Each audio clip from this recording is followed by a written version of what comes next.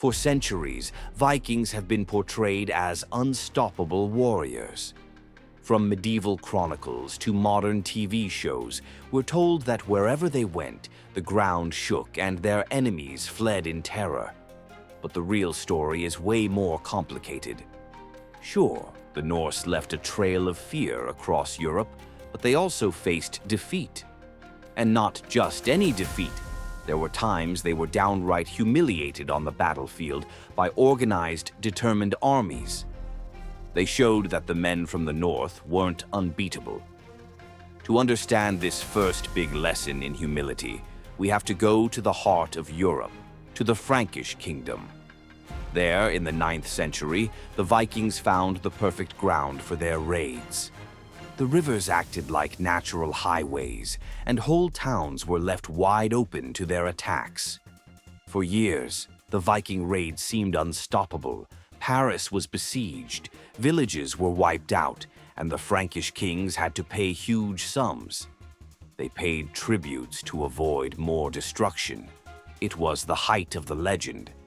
Just a few ships full of warriors could take on an entire kingdom. But in 881, things changed. A confident Viking force pushed into Frankish territory and was stopped at the Battle of Saucourt and Vimere. There, the young King Louis I gathered an army determined to put an end to the invaders once and for all. And what happened shocked all of Europe. Contemporary sources, like the Annals, say that the Frankish army didn't just defeat. It wasn't just the Vikings. They were crushed with unexpected violence. Thousands of Nordic warriors are said to have fallen. It was such a heavy blow that raids in that area stopped for years. What makes Saucourt and Vimere stand out isn't just the huge number of casualties, but the contrast with the Vikings' image of being unbeatable. Those who seemed to own the rivers and coasts were taken down in a single battle. And unlike other times when they managed to escape, regrouping here was impossible. The defeat was so complete that it was etched into the Franks' collective memory as an act of divine justice. In fact, a Latin poem written shortly after by Ludwig Lee praised King Louis as God's chosen one who had avenged the insults of the Norsemen. Historically, what we see at Saucourt is a clear example of how military discipline and organization could overcome Viking boldness.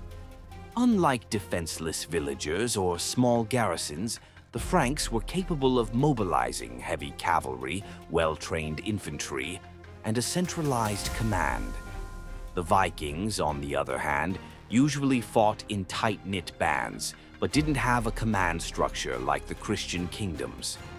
This difference became clear in 881, when their arrogance in pushing too far inland left them exposed to a prepared army. For people at the time, the message was clear. The Vikings could be beaten, and more importantly, they could be decisively defeated. From then on, European rulers began to realize that paying tribute wasn't the only answer. With preparation, discipline, and determination, even the sea wolves could be cornered and punished. The myth of their invincibility had its first big crack. After the defeat at Saucourt, the Vikings kept spreading terror across Europe, but the word was out. They could be beaten. In the years that followed, both Christian and Muslim kingdoms would prove their strength. The Norse weren't always enough against state organization and superior tactics. One of the most striking episodes happened far from the Frankish heartland, in the Iberian Peninsula. In 844, a huge Viking fleet showed up off the coast of Al-Andalus. Their goal was ambitious, to sack Seville, which was then one of the jewels of the Emirate of Cordoba. At first, the Norse managed to take parts of the city and cause a lot of damage.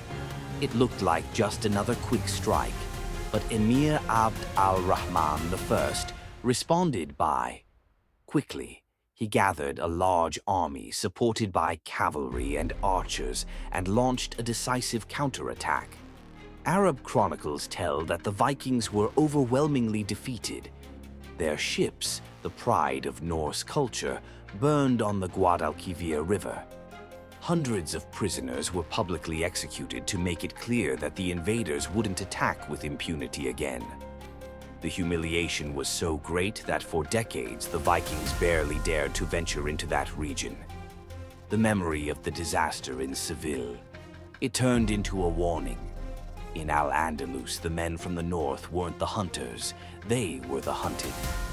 But it wasn't just the Muslims who scored big wins. Over in the British Isles, the Anglo-Saxon kingdoms knew how to fight back hard too. Since the late 9th century, England had been hammered by Viking raids. Much of the land was under the control of the so-called Danelaw, an area ruled by Scandinavian laws and settlements. The Anglo-Saxons seemed doomed to resist forever. But everything changed in 878 with the Battle of Edington.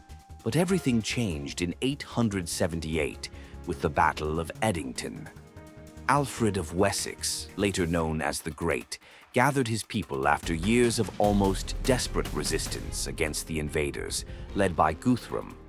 The battle was fierce, and for the first time, an Anglo-Saxon army managed to stop the Vikings in open field.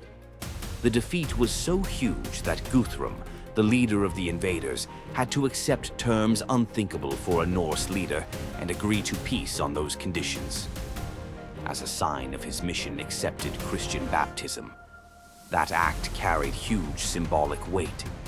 The warrior who had tried to impose his rule ended up kneeling at the baptismal font, acknowledging the authority of the same god his enemies worshipped. For the Anglo-Saxons, that was more than a military win. It was a cultural and spiritual humiliation.